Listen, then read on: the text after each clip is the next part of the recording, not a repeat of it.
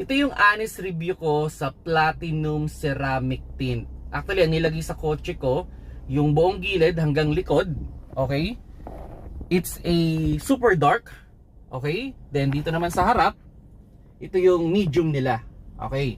And my honest review, itong ano ko is tint ko is 3 days pa lang. So hindi ko pa ideal na ibaba or punasan.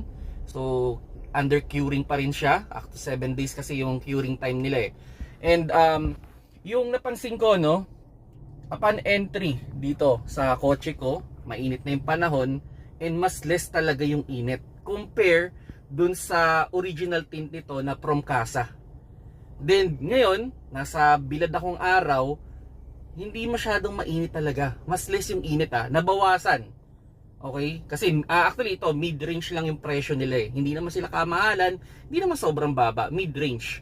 And I'm impressed. Then yun, during the night, nung first time kasi to, nung in-install, then dinrive ko nung gabi, hindi pa cured masyado, no?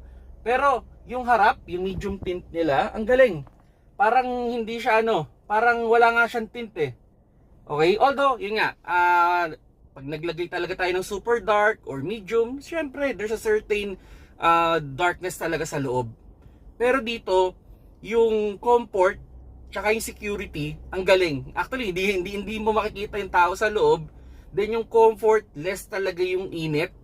Then sa harap, ang ganda ng visibility kahit pa gabi.